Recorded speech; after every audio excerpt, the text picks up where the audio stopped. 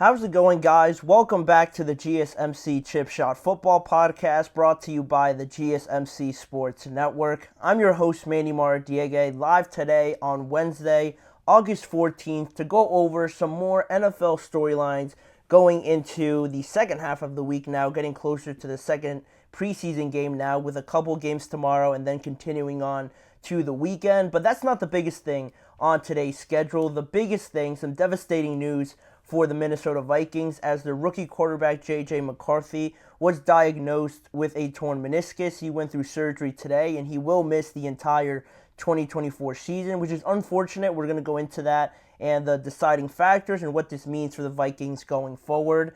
And also, in the first part of the show, we're going to talk also about a question that popped into my head with all this wide receiver talk, and I saw Matt LaFleur's comments recently on their group of wide receivers, and it made me think of the question of whether or not the wide receiver position is starting to become a little bit overvalued in some cases. Similar to quarterbacks and how much they're getting paid, are the wide receivers now trending in the same direction? I'm going to get into that and my feelings around all of that, as well as getting to Matt LaFleur's comments on his wide receiver group as well. But we have more topics to get to as the show goes on, so make sure to stick around for those. But before I get started on the first segment, I want to remind you guys, if you've got a question during the show, we want to hear about it. Your input is a big part of what makes this show great, and we thrive on your energy and insights. Whether it's a quick comment, a thoughtful question, or an opinion you just have to share, don't hesitate to drop it in the chat. Now, if you want to make it absolutely sure that your message stands out and gets featured on the show, there's an easy way to go about that. Use the Super Chat feature. Just click the $ at the bottom of the chat box to send in your Super Chat. This guarantees that your message gets on the air, and it's also a fantastic way to support our channel. We rely on your support to keep bringing you the sports content you love, and we appreciate every bit of it. So go ahead, let us know what you're thinking, hit the Super Chat button, and let's keep this show as interactive and as exciting as possible. But if you do prefer an alternative to the Super Chat button, you also still have the tip and donations link, GSMCPodcast.net. To use that link and leave a comment or question there if you prefer that way. But as always, we couldn't do this without your amazing support, and we're always so thankful to have you guys as part of our community. So make sure to hit the Super Chat button if you have any question or comment during today's show. But with that out of the way now, the biggest news of today, just breaking today a little bit earlier this afternoon, J.J. McCarthy out for the entire 2024 season.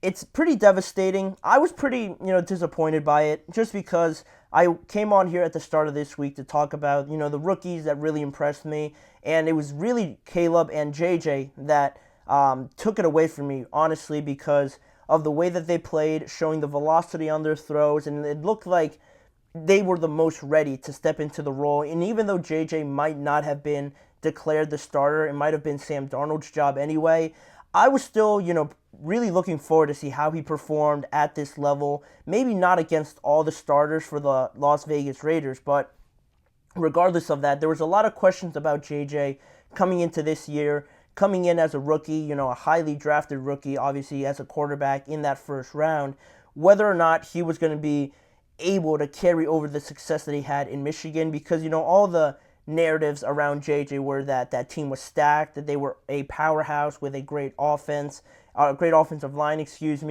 fantastic defense. All they did was run the ball, and all JJ had to do was hand the ball off, right? And I was really looking forward to him coming out here, proving some people wrong, and it looked like it was sort of trending that way, the way he came out in his first game against the Raiders. You saw how he finished. He was 11 for 17 with 188 yards and 2 touchdowns on 2 very impressive throws. The first one, the deep ball down the left sideline, and also the second one, a crossing route towards the right side of the field.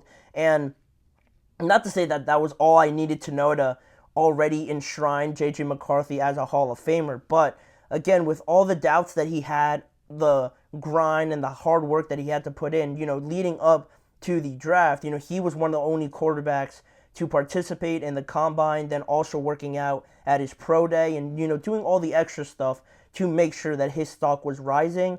And you saw how people, scouts, coaches were all pretty impressed with what they saw. And now it looked like after his first game, like, oh, maybe there could be something there with Sam Darnold. Not to say that Sam played awful or has been playing awful. He's actually been playing pretty decent throughout training camp. But this made you think a little bit that maybe JJ has a shot here. Maybe JJ could challenge Sam even more than we originally thought for this quarterback spot for the Vikings, because it would have been so exciting with all the weapons that the Vikings have at their disposal with Justin Jefferson, Jordan Addison, TJ Hawkinson, Aaron Jones as well.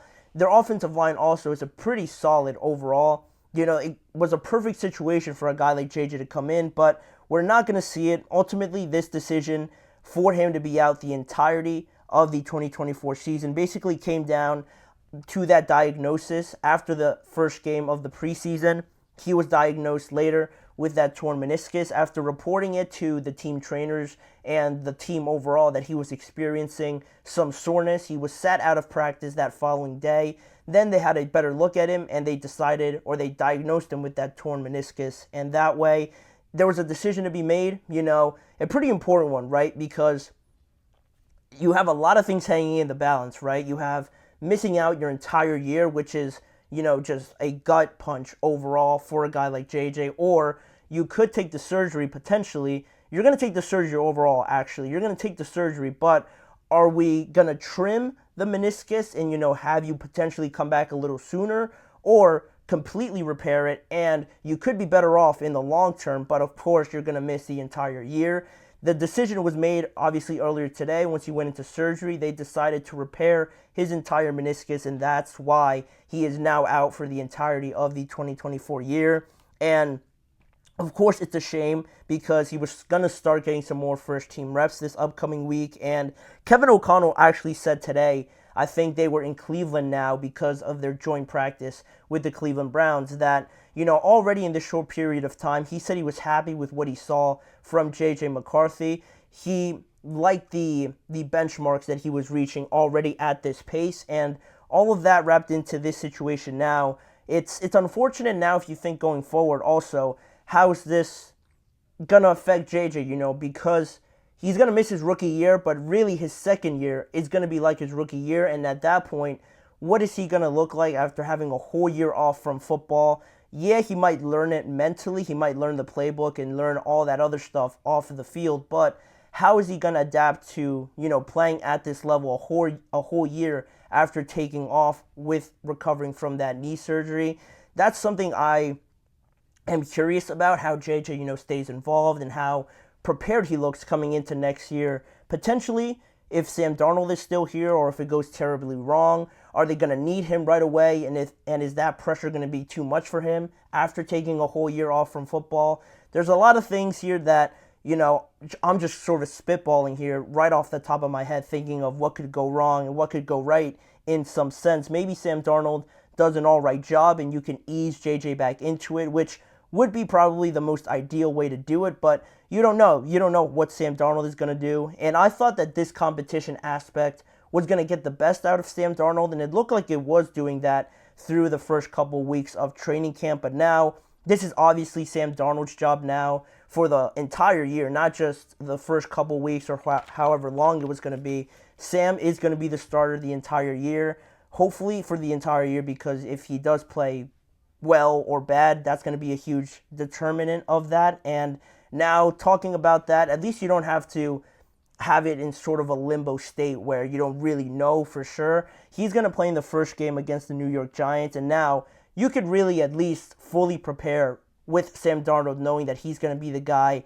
for the entirety of 2024. And that way, I guess you could, it takes some of the curiosity out of it, the questioning out of it. But overall, it is a shame. I don't like that this happened to JJ. I thought it was a good opportunity, like I said again, to prove all those people wrong, that he was just more capable of being an all-around quarterback rather than, just riding the coattails of a very talented Michigan team. He looked like one of the more prepared and more mentally sound quarterbacks in this year's draft, and I thought that was going to take him pretty far, but now, unfortunately, we're going to have to wait a whole year to see where he's at. And you'd think he's going to be behind, and that's going to be a big question, obviously. The main question, how far behind is he, or is he just going to fall right in stride with where he should be? That's going to be the most interesting thing about all of this and what the Vikings team looks like a year from now as well. So it's a shame overall, but it is what it is now. The Vikings felt that this was the best case scenario for JJ to have the most longevity and the most health going forward and not have to deal with this knee, just going forward right out of the gate of his NFL career. So, it stinks, but we'll see. I think the Vikings are talented enough still to be pretty decent, but, their chances to me still take a little bit of a hit now. Unfortunately, today also, just to wrap this segment up, their second-year receiver, Jordan Addison, was actually carted off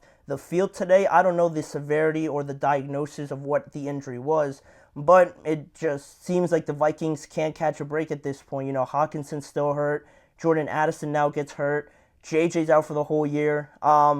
Bad Wednesday for the Minnesota Vikings, but that is all pretty much on JJ McCarthy. He will be out the entire 2024 season, but with that being the case, we will move on with our second segment, not before we take our first break, but when we come back, we're going to talk about that question. Are wide receivers starting to become a little bit overvalued in the NFL for a plethora of reasons that I'm going to bring up in that segment, and also bringing up what Matt LaFleur said about having a number one wide receiver and why that doesn't suit their team based on the guys that they have in-house. We're going to get to that right after this first break.